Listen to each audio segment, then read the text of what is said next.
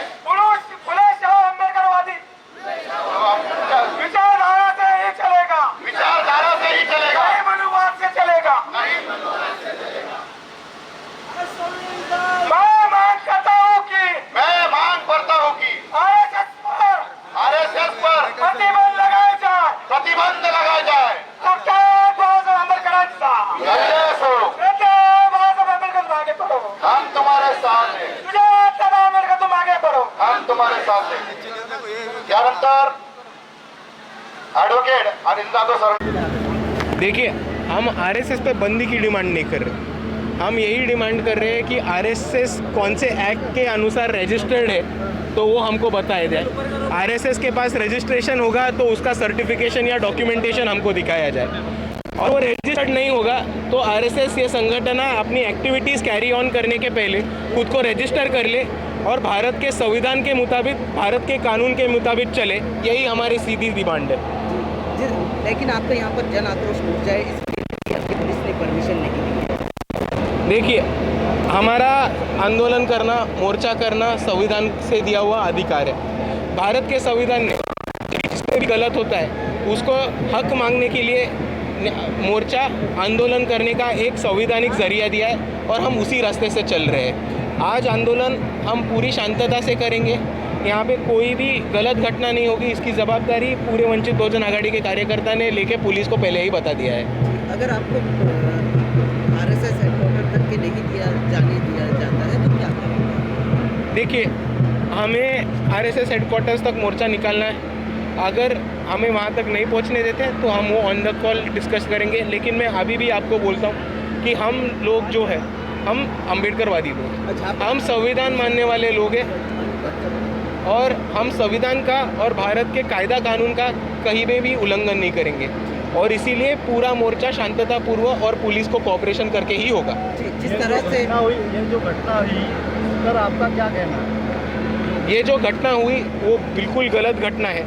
विद्यार्थियों में झगड़ा होता रहता है, स्टूडेंट पॉलिटिक्स होता रहता है और वो स्टूडेंट पॉलिटिक्स का हिस्सा है। नारेबाजी करना, एक दूसरे का रजिस्ट्रेशन हटाना, ये हमेशा होता रहता है। पर हमारे जो कार्यकर्ता थे उनका एक महत्वपूर्ण सवाल था कि आप ये रजिस्ट्रेशन कर रहे हो उसका आपके पास परमिशन नहीं था। उनके पास कोई परमिशन नहीं था, पहली चीज़।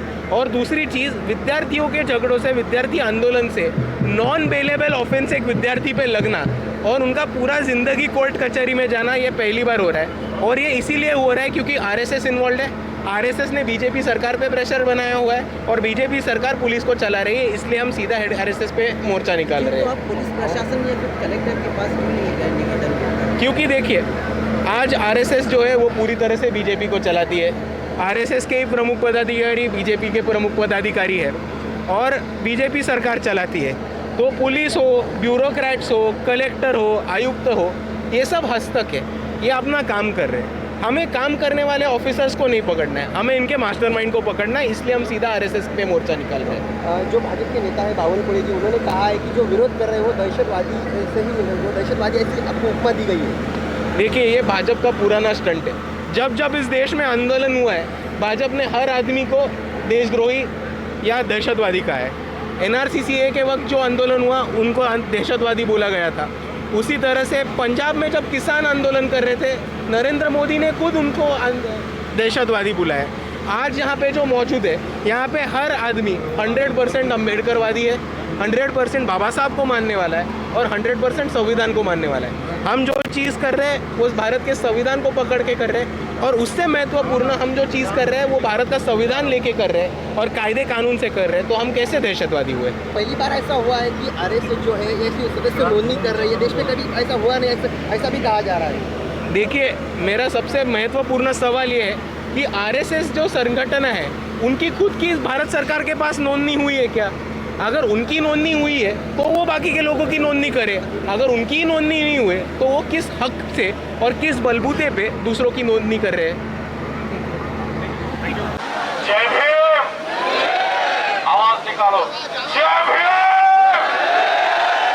औरंगाबाद की ऐतिहासिक धरती पर छत्रपति शिवाजी महाराज के पुतले के नीचे अम्बेडकरवादी इतिहास रचने के लिए और ये बताने के लिए कि ये जमा हुआ मजमा ये कोई पल नहीं, ये कोई क्षण नहीं, ये होने वाला आंदोलन है मनुवाद के खिलाफ और आरएसएस के खिलाफ और अम्बेडकरवाद पूरी ताकत के साथ और इनको दिखाएगा कि ये देश संविधान से चलेगा, ये देश अम्बेडकरवाद से चलेगा और इस देश में अम्बेडकरवाद को मानने वाले दलित, मुसलमान, आदिवासी, एससी, एसटी, ओबीसी सारे मिलकर यहाँ पर जमा हुए हैं सिर्फ एक मांग को लेकर कि आरएसएस वालों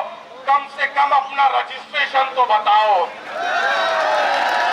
अरे कम से कम रजिस्ट्रेशन, एक छोटी सी संगठना को जब चलाना है तो रजिस्ट्रेशन दिखाना होता है।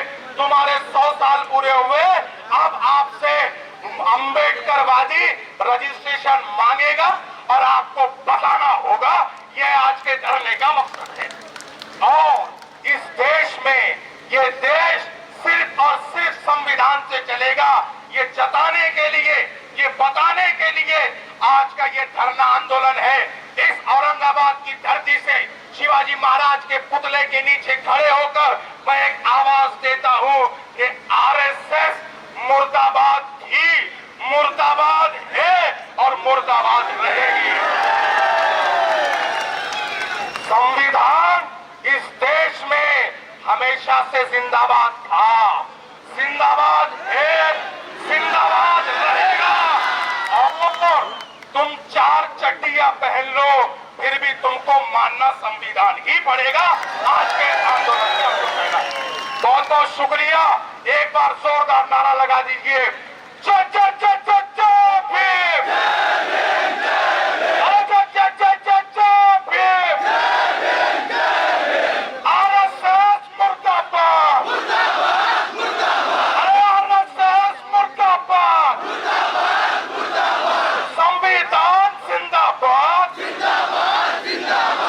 शुक्रिया। अल्लाह हाफिज। जय भीम। धन्यवाद।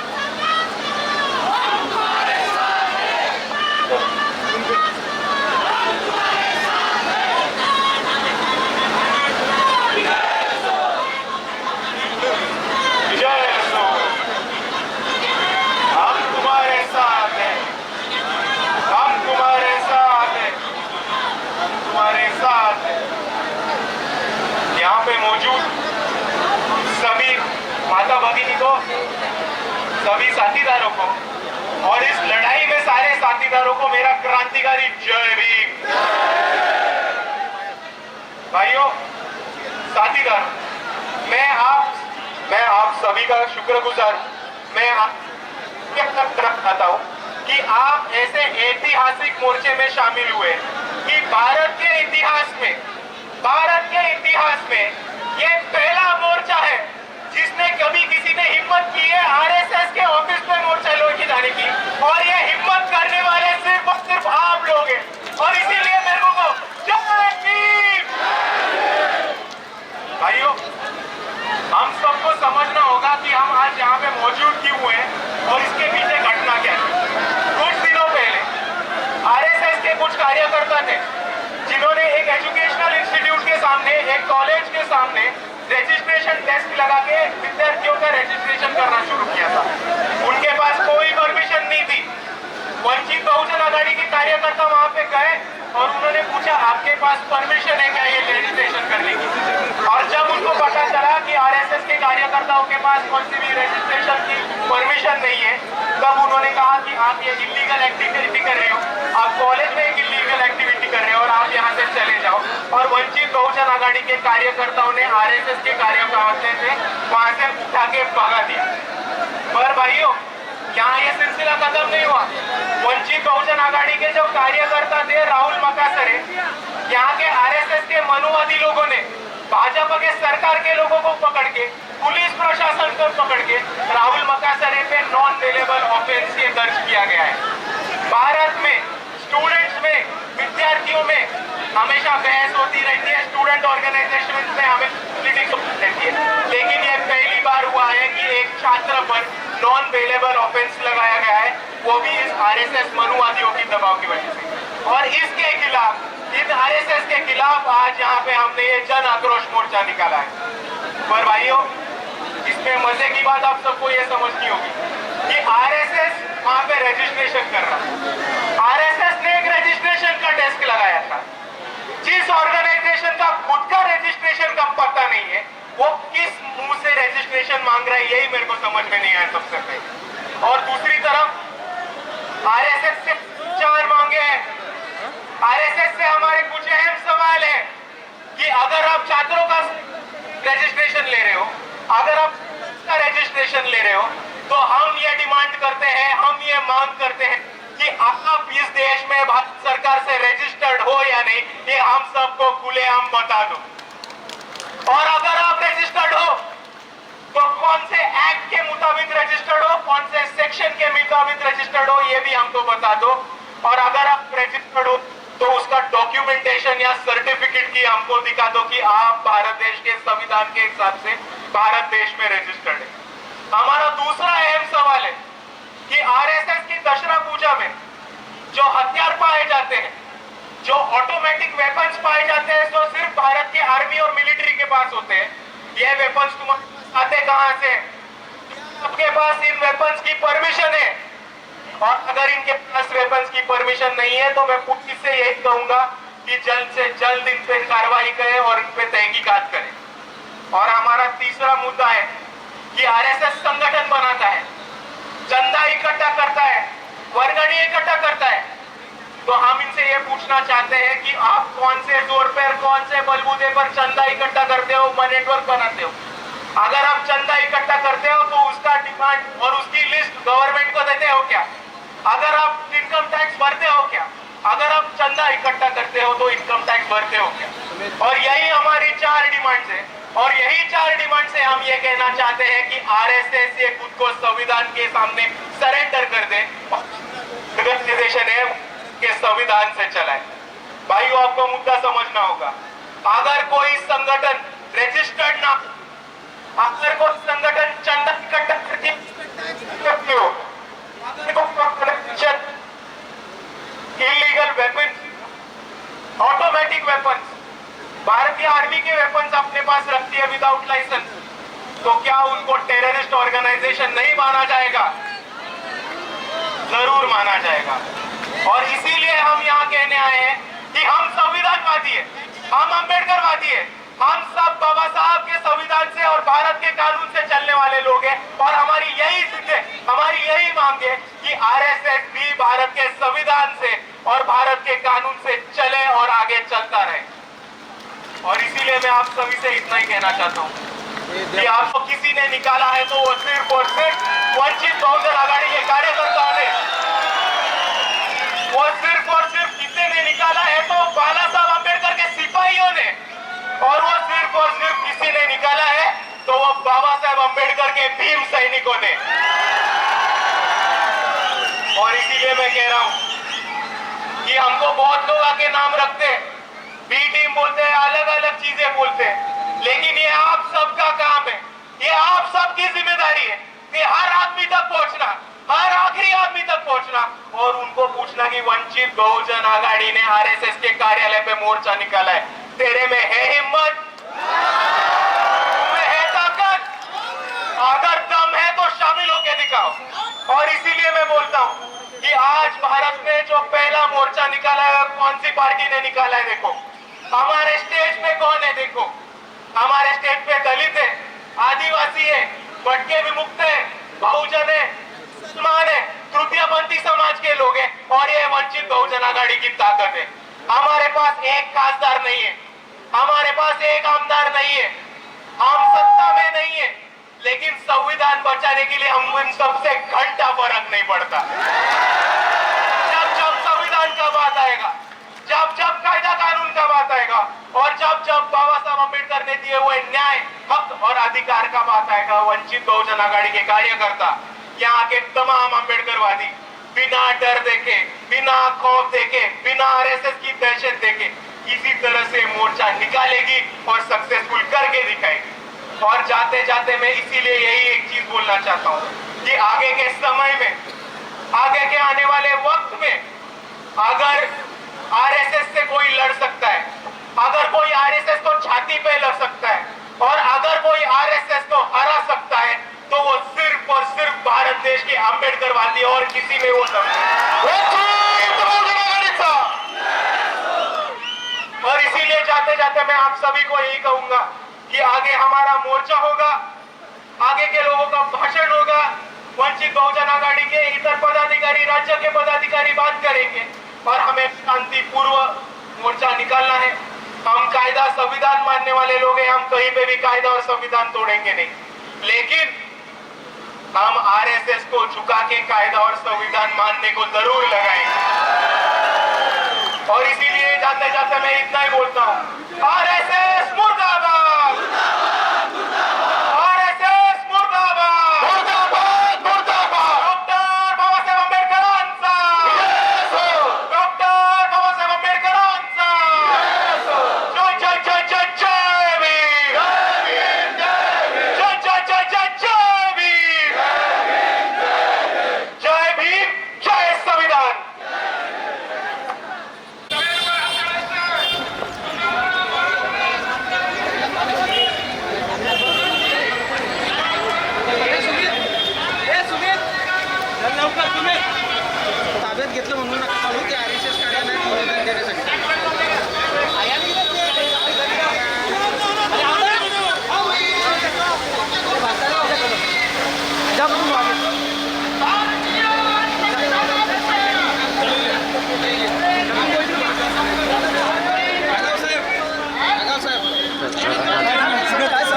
जण जात आहेत तुम्ही प्रातिनिधिक स्वरूपामध्ये आम्हाला 3 गोष्टी द्यायच्यात, 3 गिफ्ट द्यायच्यात म्हणून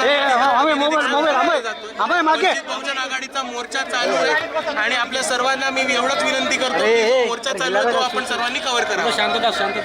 आपण 3च मागण्या ज्या प्रामुख्याने केलेल्या आहेत तेच निवेदन देणार आहात का? निवेदन कोणताही नाही देणार आहे, RSSला निवेदन कोणताही नाही देणार आहे. आम्ही RSSला भेट देतोय, ते म्हणजे संविधान, भारताचा झेंडा आणि महाराष्ट्र रजिस्ट्रेशन ॲक्ट.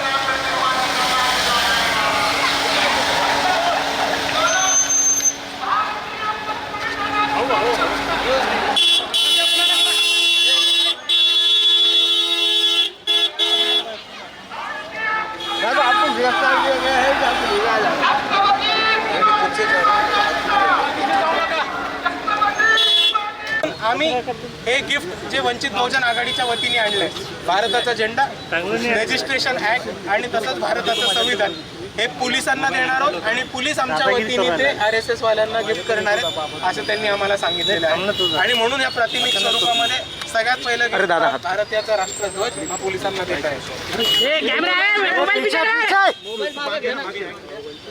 आम्ही थोडं मागे ना, आम्ही थोडं मागे या. दादा हात लावून थोडं मागे सरक ना. अरे हे लोक नका यार.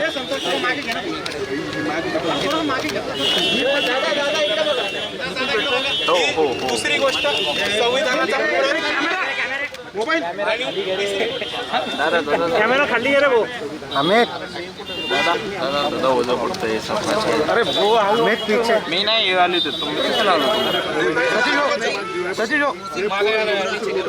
NDTV बुक झाली का? नाही नवला ते तो बसा. अमित कॅमेरा